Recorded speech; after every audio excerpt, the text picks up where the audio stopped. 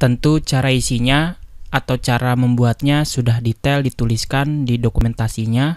Jadi silakan teman-teman kunjungi dan pelajari semuanya bagaimana cara menggunakan ini. Pada kasus ini kita akan buat sebuah struktur HTML lengkap. Jadi teman-teman tuliskan tanda seru lalu di tab. Kita tulis di sini daftar member. Setelah itu kita akan buat sebuah variabel baru dengan nama data dan kita isi sebagai string HTML-nya. Kita cut, kita buat kutip 1, pembuka penutup, lalu kita paste strukturnya. Pastikan kita akhiri dengan titik koma. Nah, yang perlu teman-teman perhatikan, di dalam HTML terdapat atribut. Gunakan kutip 2 supaya tidak mengganggu kutip 1 sebagai pembungkus semuanya. Sehingga kita bisa mencetak $data ini ke dalam metode write HTML-nya sebagai struktur HTML yang kita tampilkan ke dalam halaman PDF-nya. Kita save, kita jalankan hasilnya, kita refresh. Nah, maka di sini kita punya struktur HTML dengan menampilkan title daftar member. Tentu kita akan tambahkan judulnya menggunakan H3, kita tulis daftar member. Kita save, kita refresh lagi, maka kita akan dapat judulnya yaitu daftar member. Nah, jadi di sini idenya kita akan menampilkan daftar member menggunakan struktur table yang dimana datanya kita ambil dari database. Tapi sebelum itu kita akan balik lagi ke halaman index.php-nya. Coba teman-teman tambahkan atribut di dalam elemen A di dalam index.php-nya. Di sini kita kasih atribut dengan nama target, lalu kita isi underscore blank.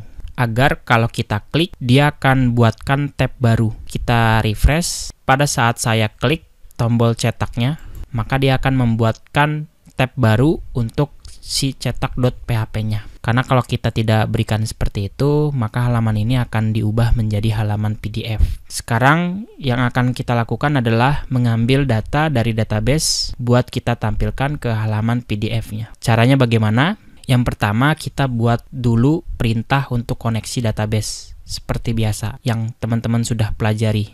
Jadi di bagian folder project kita akan buat file baru dengan nama config.php. Di bagian sini kita akan menuliskan perintah untuk koneksi, yaitu kita buat objek new MySQL. Lalu kita akan masukkan beberapa parameter dari function constructor ini. Yang pertama yang kita butuhkan adalah nama servernya, yaitu localhost. Lalu kita pisahkan dengan koma untuk menentukan username. Username-nya saya root dan passwordnya kosong.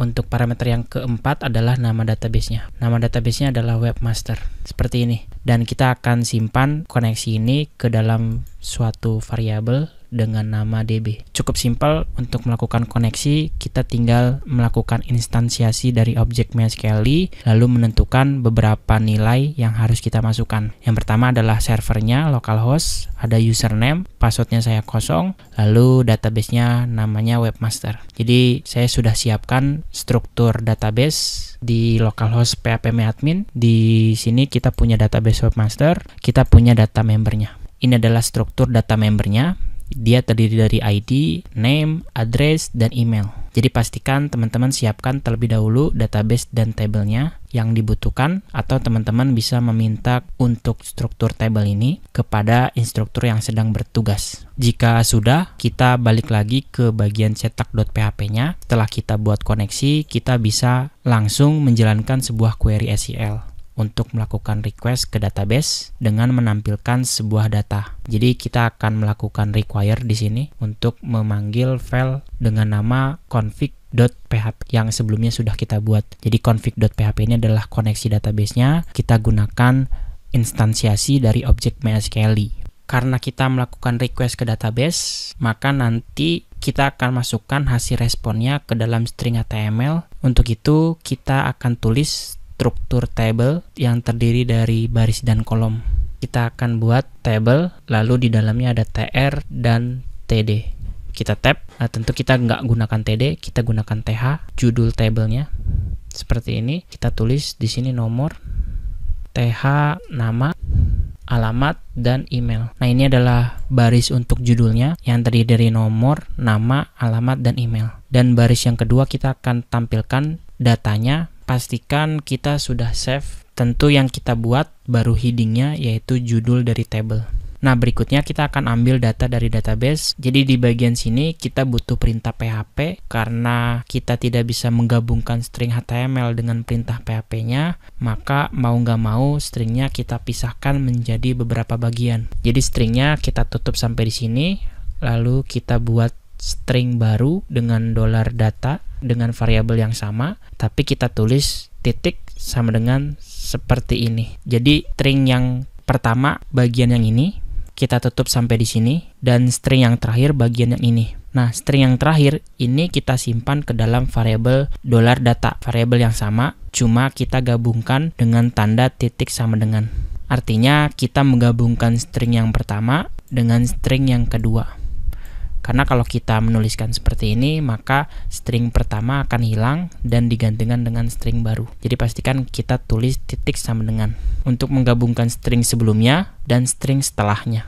Kalau kita jalankan, kita save, kita reload, maka hasilnya pun masih sama. Jadi itu dia cara kita gabungkan dua buah string. Sekarang di bagian tengah-tengah ini, kita akan menuliskan perintah PHP, yaitu melakukan perulangan menggunakan while. Jadi kita tulis while pembuka penutup lalu kurung kurawal. Lalu di dalam while apa yang kita akan looping, kondisinya ketika data itu ada, maka kita mau menampilkan datanya di dalam kurung kurawalnya.